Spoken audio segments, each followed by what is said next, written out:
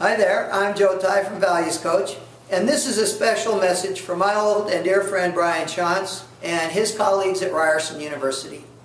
And I know that you have recently acquired the Cultural Blueprinting Toolkit from Values Coach, and that some of you have read the book or will read the book, The Florence Prescription. And I want to say a little bit about what we call the blueprint behind the blueprint, the design for what we call the invisible architecture of your organization. And I know, because Brian has told me, that you are building some impressive new facilities, and that is wonderful. I hope I get a chance to see them someday.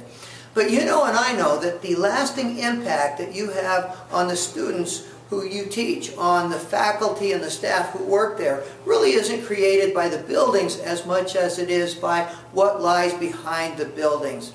And most of us have not put a whole lot of thought, specifically, deliberatively, into that invisible architecture. And when we talk about it, we talk about three levels. We use actually a construction metaphor.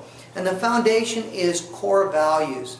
And we think about core values not just in the values of the hospital, the university, the company, but also the personal values of the people who work there. What are the shared values that we can come together on, and how do they reinforce and interact with the values of the organization? And then on that foundation we build a culture. It's really the personality, it's the character of the organization. And every organization has a different culture, and it has a huge impact on the people who go to school or work there. I went to school for my MBA at Stanford University.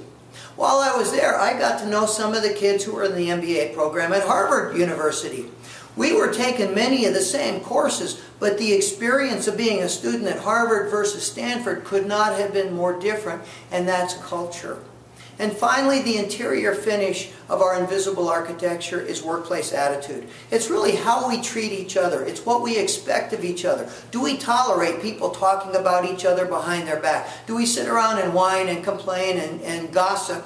Or do we have a positive attitude about our work? Do we put passion in our work? Are we engaged in our work?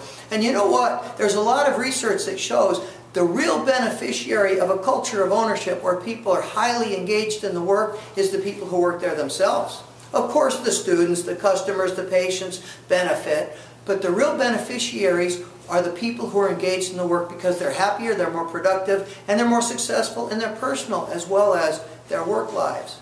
So I hope that you'll take this process of creating a blueprint for your invisible architecture to heart. I hope you'll take it seriously.